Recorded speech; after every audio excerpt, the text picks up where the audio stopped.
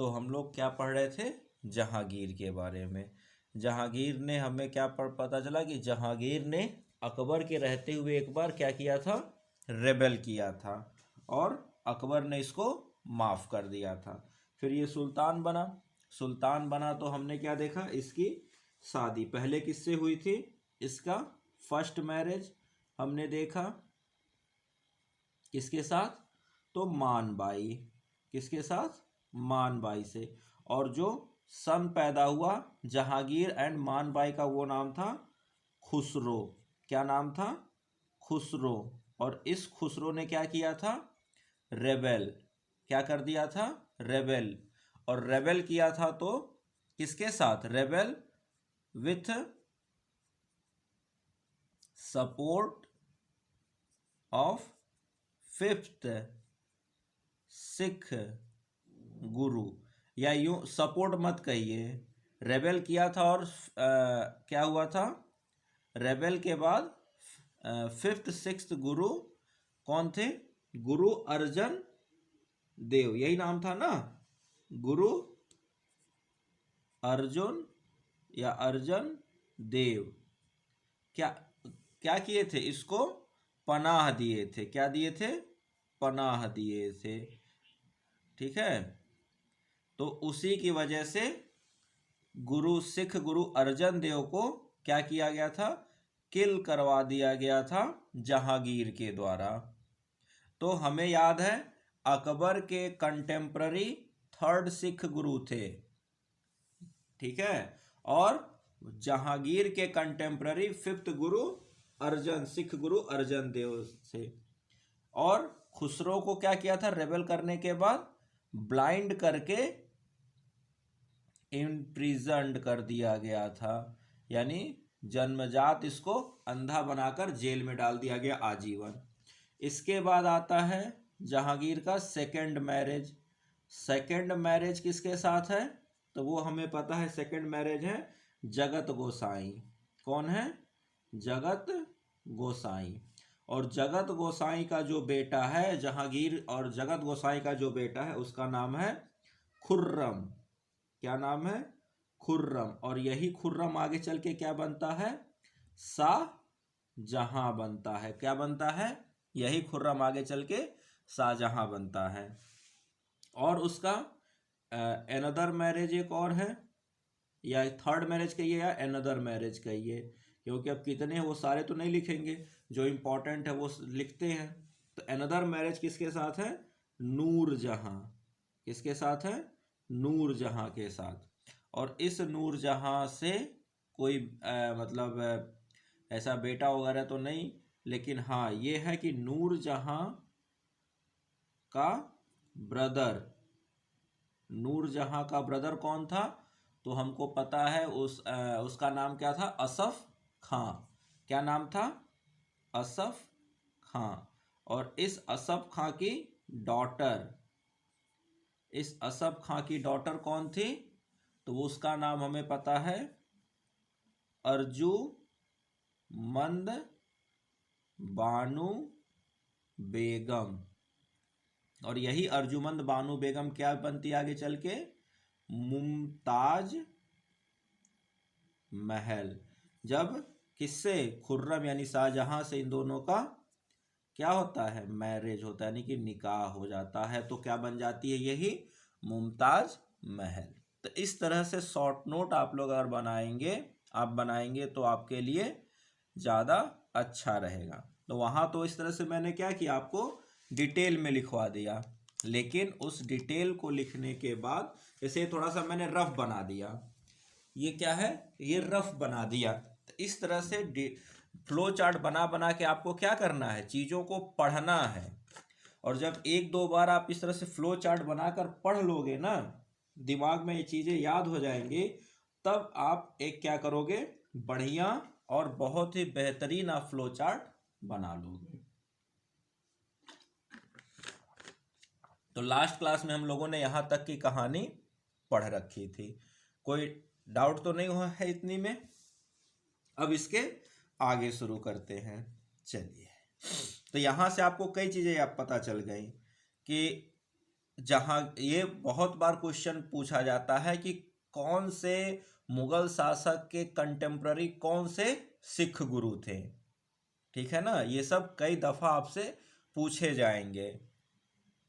ये रानियां भले ना पूछी जाए, लेकिन ये बताने का पर्पज ये है कि आपको इसकी तरह पूरी एक कहानी याद रहेगी, और जब उस कहानी के रूप में आप चीज़ों को याद करके रखोगे तो अपने आप आपको हर एक मतलब अगर कभी भी आपसे सेंटेंस में ट्रू फॉल्स में कभी भी फंसाने की कोशिश की गई तो आप नहीं फंसोगे, ठीक है। तो रब करके अब आगे लिखते हैं, ठीक है। और मैंने आप लोग को कई बार समझाया है कि लिखवाने का मेरा पर्पज यही रहता है, इसीलिए मैं लिखता हूँ कि साथ साथ आप भी लिखो। एक बार अगर आपने लिख लिया इसको तो कम से कम एक बार तो लिखा, उसके बाद दोबारा इस तरह से फ्लो चार्ट बना के पढ़ा, और दोबारा रिवाइज करके फिर से क्या किया आपने, एक फेयर वाला फ्लो चार्ट बना लिया, शॉर्ट नोट। अगर 3 बार आपने इसको पढ़ लिया और चौथी बार फिर आपने अपने शॉर्ट नोट को रिवाइज किया तो आप 4 बार पढ़ लिए। एक टॉपिक को अगर आपने 4 बार पढ़ा तो फिर आपसे वो कभी गलत नहीं होगा। फिर आपको रिवाइज करने के लिए क्या करना है, सिर्फ और सिर्फ शॉर्ट नोट देखते जाना है, रिवीजन होता जाएगा, ठीक है। चलिए तो आगे लिखते हैं। तो लिखवाने का पर्पज आपको समझ में आना चाहिए कि क्यों लिखवाया जा रहा है, नहीं तो वैसे तो पीडीएफ दे दिया जाए और केवल उसको एक्सप्लेन कर दिया जाए तो फिर वो सुनी सुनाई बातें होती हैं, और सुनी सुनाई बातें सिर्फ उसी वक्त के लिए याद रहती है, बाद में काम नहीं आता है। जब एग्ज़ाम में सामने क्वेश्चन पेपर आएगा ना तो वो सिर्फ लगेगा कि कहीं सुने तो थे, लेकिन क्या सुने थे एग्जैक्ट वो याद नहीं आएगा। लेकिन जब एक बार आप उसको लिखे रहोगे तो याद रहेगा कि हाँ जो सुने थे वो लिखे थे, और लिखे थे तो वो याद है कि क्या लिखे थे हम, ठीक है। चलिए तो यहाँ तक हमने लिखा। नेक्स्ट पॉइंट लिखिए, लिखिए द फर्स्ट, जहाँ कल लिखा था उसके आगे कंटिन्यू कीजिए। द फर्स्ट रेवेलियन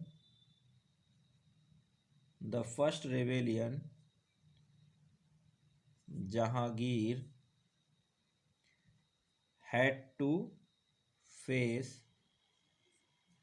in 1606, यानी कि जब ये सुल्तान बना उसके 1 साल बाद ही इसको क्या करना पड़ा, फर्स्ट रिबेलियन। और वो कौन था, बाई हिज सन खुसरो, ये हमने लिख ही रखा है, और उसमें उसकी हार हो गई। ये सारी कहानी हम लोगों ने लिख रखा है। नेक्स्ट लिखिएगा, जो आज से लिखना है वो लिखिएगा, लिखिए जहांगीर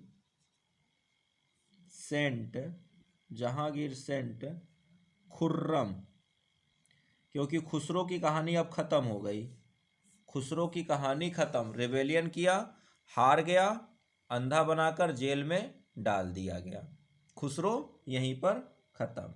अब आएगा खुर्रम। तो जहांगीर ने खुर्रम को भेजा, कहाँ भेजा, Jahangir sent Khurram to invade Ahmednagar, इन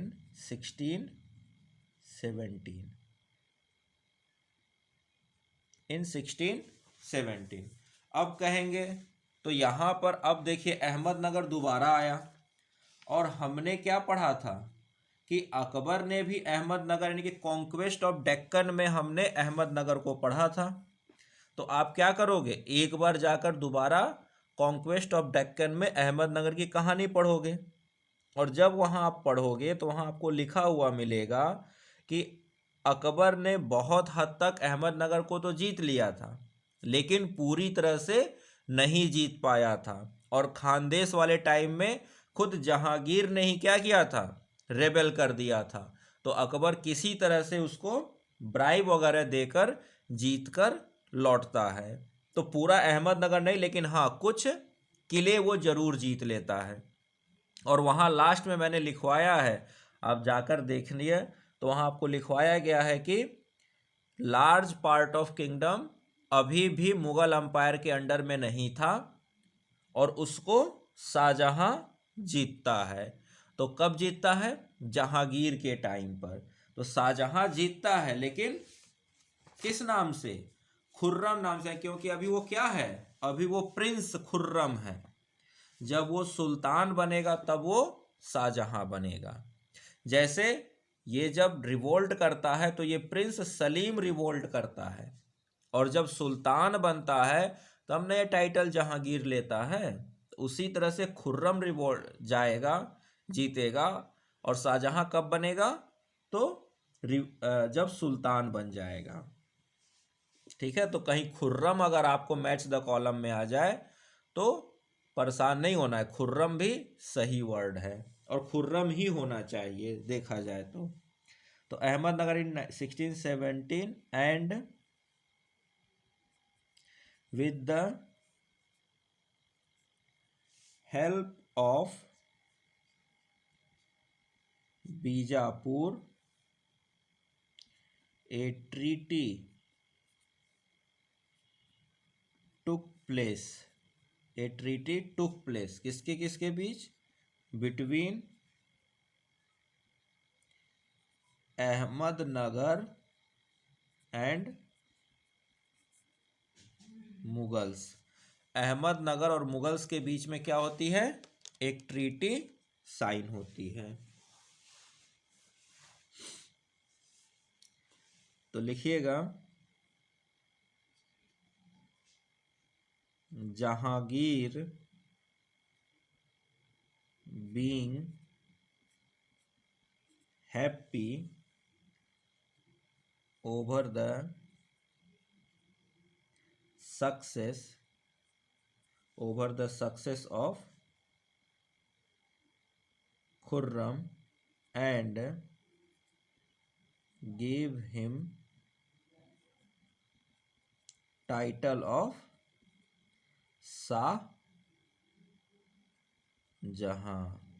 तो अब इसको टाइटल मिला खुर्रम को शाहजहां, और यही टाइटल इसका कंटिन्यू रहता है। ठीक है, तो आपसे क्वेश्चन पूछा जाए कि सलीम को जहांगीर का टाइटल किसने दिया? तो सलीम को जहांगीर का टाइटल उसने खुद लिया जब वो सुल्तान बना।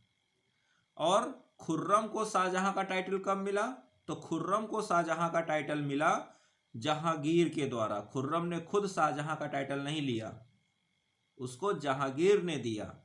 और किस वजह से दिया? अहमदनगर को जीतने की खुशी में दिया। ठीक है, तो ये भी मतलब आपको किसमें? ट्रू एंड फॉल्स में पूछा जाएगा। किसमें? ट्रू एंड फॉल्स में पूछा जाएगा कि सेंटेंस दे देगा और वहां पर पूछेगा कि इसमें कौन मतलब क्या वो ट्रू है या फॉल्स है। One of the following is true, one of the following, या one and two both are true, या none of them are true. इस तरह से आपको ऑप्शन दे दिया जाएगा। ठीक है, नेक्स्ट लिखिए,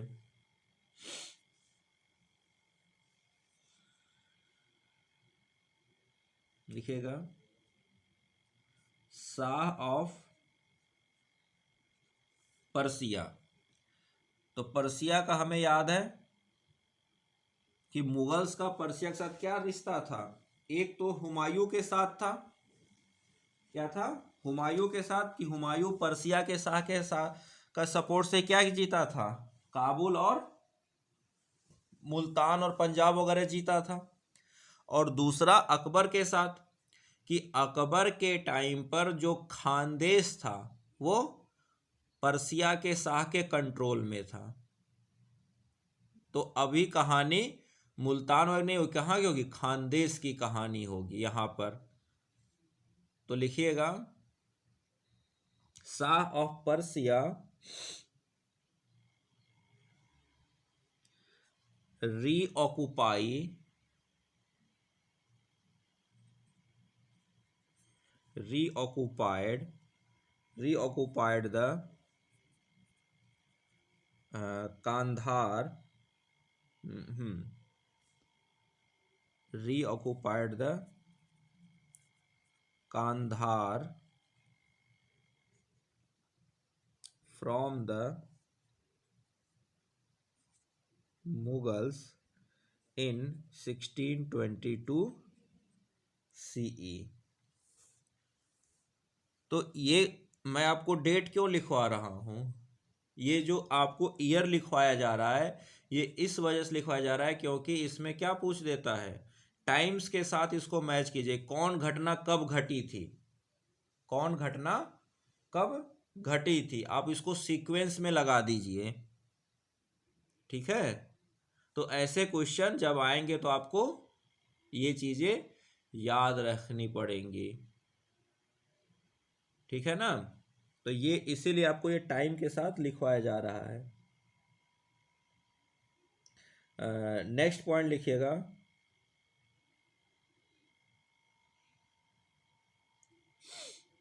अच्छा एक चीज और लिखिएगा, एक तो यहाँ पर एक चीज थोड़ा सा 1615, हाँ एक लाइन मिस कर गई है, उसको अभी लिखिए, लिखिएगा इन 1615, ये पहले लिखवाना था लेकिन थोड़ा मिस कर गया, तो इसको अंडरलाइन कर लीजिएगा कि ये पहले आपको याद रखना होगा। इन 1615 CE अमर सिंह ऑफ मेवाड़। अब मेवाड़ से क्या याद आया, तो बैटल ऑफ हल्दी घाटी, महाराणा प्रताप याद आया। उससे भी पहले देखे तो राणा सांगा। ठीक है, फिर हमने और क्या मेवाड़ के बारे में पढ़ा है, द विक्ट्री पिलर, ये सारा हम लोगों ने पढ़ा है ना, राजपूताना। तो यहाँ पर क्या है, अमर सिंह ऑफ मेवाड़, यानी कि महाराणा प्रताप के बाद, तो ये कौन थे अमर सिंह, महाराणा प्रताप के बेटे, तो लिख लीजिएगा सन ऑफ महाराणा प्रताप। तो son of Maharana Pratap Amar Singh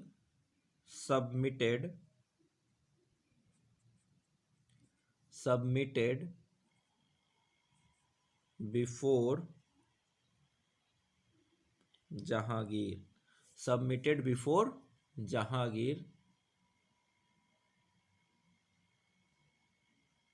next ऐसे में कंटिन्यू लिखिएगा, लिखिएगा Rana's son Karan Singh was made mansabdar, was made mansabdar. तो अब यहां पर एक चीज ये भी समझिए कि अमर सिंह को मनसबदार नहीं बनाया गया, क्यों, क्योंकि अमर सिंह तो मेवाड़ के राजा बने रहे। क्या हो गए, अमर सिंह मेवाड़ के राजा बने रहे, और इनके जो पुत्र थे करण सिंह, इनको बनाया गया मनसबदार। ठीक है, तो कोई राजा आकर मनसबदार तो बनेगा नहीं, यानी कि जो मेवाड़ था उस पर मुगलों का डायरेक्ट कंट्रोल नहीं था, मेवाड़ के राजा अमर सिंह बने रहे, और ये क्या थे, ये मतलब उनकी सोवर्निटी को एक्सेप्ट कर लिए थे। ठीक है, नेक्स्ट पॉइंट लिखिए, इन 1620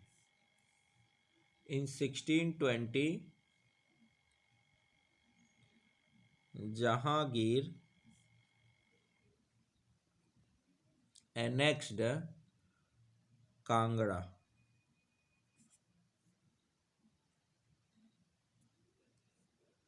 1620 में जहांगीर ने कांगड़ा को जीता। ब्रैकेट में लिखिएगा he was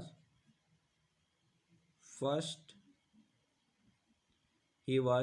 Muslim king, he was first Muslim ruler to do so. Kangra को कोई जीत नहीं पाया था, अकबर भी नहीं जीत पाया था, जहांगीर ने जीता।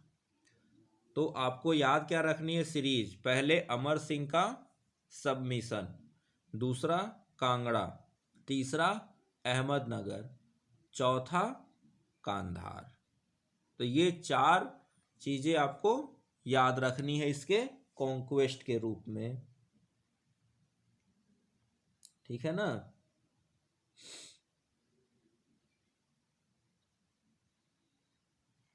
इतना याद रहेगा। तो ये जहांगीर के कॉन्क्वेस्ट थे, इससे ज़्यादा जहांगीर का कोई कॉन्क्वेस्ट नहीं है, क्योंकि इसके बाद आगे कुछ अकबर ने छोड़ा भी तो नहीं था कि आप कॉन्क्वेस्ट करोगे क्या, सब कुछ तो उसने जीत कर दे दिया था। हाँ, एक चीज और याद रखिए कि खुर्रम ने यानी कि शाहजहां ने रिवोल्ट किया था। आपके सामने क्या कर सकता है, मैच द कॉलम बना सकता है ना, कि एक लिख देगा अहमदनगर, कॉन्क्वेस्ट ऑफ अहमदनगर, क्या कहते हैं, लॉस ऑफ कांधार, या सीधे सीधे ऐसे लिख दे अहमदनगर, कांधार, कांगड़ा और मेवाड़, और इधर ईयर दे दे और कह दे मैच द कॉलम। या आपको क्या दे दे, इधर जैसे लिख दिया कांगड़ा 1620, इधर लिख दिया कांधार 1622, फिर लिख दिया अहमदनगर और वहाँ लिख दिया 1610, और फिर लिख दिया क्या, एक और क्या था, अहमदनगर के अलावा और क्या था एक, हाँ मेवाड़, मेवाड़ को लिख दिया 1615, और पूछ दे कि which of the following is not correctly matched, तो क्या होगा अहमदनगर। या पूछ दे कि 1 pair is correct, 2 pair is correct, 3 pair is correct, all are correct, तो क्या होगा 1 2 3 करेक्ट है, ये गलत है। तो इस तरह से आपको हर तरह के क्वेश्चन तैयार हो गए। जब इस तरह से आप पढ़िएगा तो आपके हर तरह के क्वेश्चन तैयार हो गए। अल्टीमेटली आपको फिर अलग से कुछ नहीं तैयार करना है, जैसे ही इस तरह के, और बस क्या है इसके बाद प्रैक्टिस है। चाहो तो आप इस तरह से आप खुद ही क्वेश्चन बना सकते हो यूपीएससी लेवल का, और यही तो है ले क्वेश्चन, और क्या क्वेश्चन है। यूपीएससी तो ऐसे पूछेगी नहीं कि जहांगीर ने क्या कहते हैं कांगड़ा कब जीता, ये यूपीएससी नहीं पूछेगी। यूपीएससी क्या करेगी, जहांगीर के सारे कॉन्क्वेस्ट एक तरफ, ईयर एक तरफ दे देगी, या सेंटेंस में दे देगी कि Mewar king Amar Singh submitted before Khurram, ये लिख दिया। और दूसरा क्या लिख देगा कि Amar Singh the son of Maharana Pratap submitted in 1615 and Karan Singh became mansabdar, और बोल देगा कौन सही है। 1 is correct, 2 is correct, 1 and 2 both are correct, neither 1 neither 2 correct. तो क्या होगा, ओनली सेकेंड इज करेक्ट। क्यों? क्योंकि अमर सिंह ने जहांगीर के सामने सबमिट किया था, ना कि खुर्रम के सामने। ठीक है, तो ऐसे जब क्वेश्चन बना बना के पढ़िएगा तो अपने आप ये सारी चीज़ें याद होंगी। और आप जाकर देखिए यूपीएससी के पिछले साल के क्वेश्चन, जो आप 30 साल के क्वेश्चंस वगैरह सॉल्व करते हो प्रीवियस ईयर के, उसमें इसी तरह से क्वेश्चन बने हैं, और कोई नया क्वेश्चन नहीं आपको मिलेगा, इसी तरह के क्वेश्चन मिलेंगे। ठीक है, एक एक और लिख लीजिए, लिखिएगा, ये एक लाइन गैप करके लिखिए, लिखिए Khurram rebelled, Khurram rebelled against his father, यानी कि Jahangir rebelled against his father in 1622 CE। ठीक है, क्यों? तो उसके पीछे रीजन ये था, because Khurram felt that because Khurram felt that Jahangir is totally under the influence of नूर जहां। इसको लगा कि जहांगीर पूरी तरह से नूर जहां के इन्फ्लुएंस में, इस वजह से खुर्रम ने इसके खिलाफ रिवोल्ट कर दिया था। लेकिन क्या हुआ, इसको दबा दिया गया। ठीक है, और कहाँ भेज दिया गया, कांधार भेज दिया गया कि जाओ तुम कांधार और जीत कर लाओ कांधार को। लेकिन बाद में बुला लिया गया। और कहानी कुछ ऐसी हुई थी कि जो खुर्रम था शाहजहां, खुर्रम यानी कि शाहजहां जो था, ये मतलब उससे क्या नाम है, मुमताज महल से शादी करना चाहता था। ठीक है, असफ खां का जो बेटी थी उससे वो शादी करना चाहता था। ठीक है, लेकिन हुआ क्या कि असफ खां ने जो क्या कहते हैं, नूरजहां ने किसकी, लाडली बेगम की शादी किससे कर दी, सिर अफगानी। ठीक है, यानी कि उसका जो पहला यंगर ब्रदर सन था शाहयार, उससे कर दी थी। और उसी की वजह से इसने रिवोल्ट किया और रिवोल्ट करके क्या किया, उससे खुद शादी किया मुमताज महल से। तो उतना आपको डीप में नहीं जानना है, बस आपको इतना समझना है कि खुर्रम ने जहांगीर के खिलाफ एक बार रिवोल्ट किया था, फिर वो रिवोल्ट दबा दिया गया। ठीक है, और पनिशमेंट के रूप में इसको कांधार भेजा गया, बाद में फिर कांधार से भी बुला लिया गया। इस तरह से ये बच गया, लेकिन कांधार मुगलों के हाथ से निकल चुका था। ठीक है, तो इतनी कहानी है जहांगीर की। वो मुमताज वगैरह शादी वगैरह के बारे में बहुत ज़्यादा ना आपसे कभी कोई पूछेगा ना उसको जानने की ज़रूरत है। वो बस पारिवारिक मैटर था। नूरजहां के इन्फ्लुएंस में जहांगीर हर कुछ कर रहा था, यानी कि जो नूरजहां कहती थी वही जहांगीर करता था। और खुर्रम को अपनी गद्दी कहीं ना कहीं असुरक्षित लगी। खुर्रम को लगा कि कहीं ना कहीं मैं सुल्तान नहीं, क्योंकि खुसरो के बाद इसी का नंबर था और खुसरो को पहले से ही लाइन क्या था, बाहर हो चुका था रेस से, क्योंकि वो तो इम्प्रिजन्ड था। तो इस वजह से इसको लगा कि कहीं मेरी गद्दी न सरक जाए नूरजहां की वजह से, तो इसने रेबेल कर दिया। लेकिन बाद में ये अपनी गद्दी बचाने में सक्सेस रहा और बाद में यही सुल्तान बनता भी है। ठीक है, और लास्ट पॉइंट लिखिएगा जहांगीर के बारे में, लिखिए in 1627 Jahangir died at Bhimwar. In 1627 Jahangir died in Bhimwar, and buried at a place named Sahadra near Lahore.